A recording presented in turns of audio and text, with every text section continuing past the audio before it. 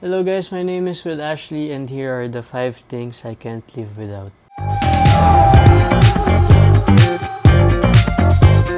So, unahin ko na sa aking salamin.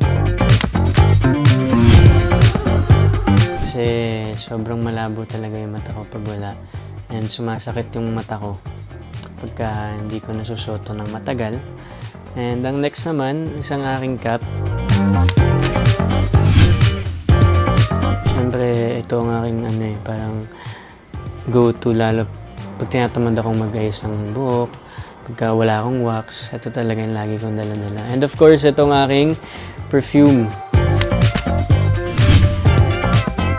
Kasi very parang makamoy lang ako ng mabaho, talagang naiirita ako. And siyempre, laging kasama sa bag ko, sa car, anywhere, ang aking rosary.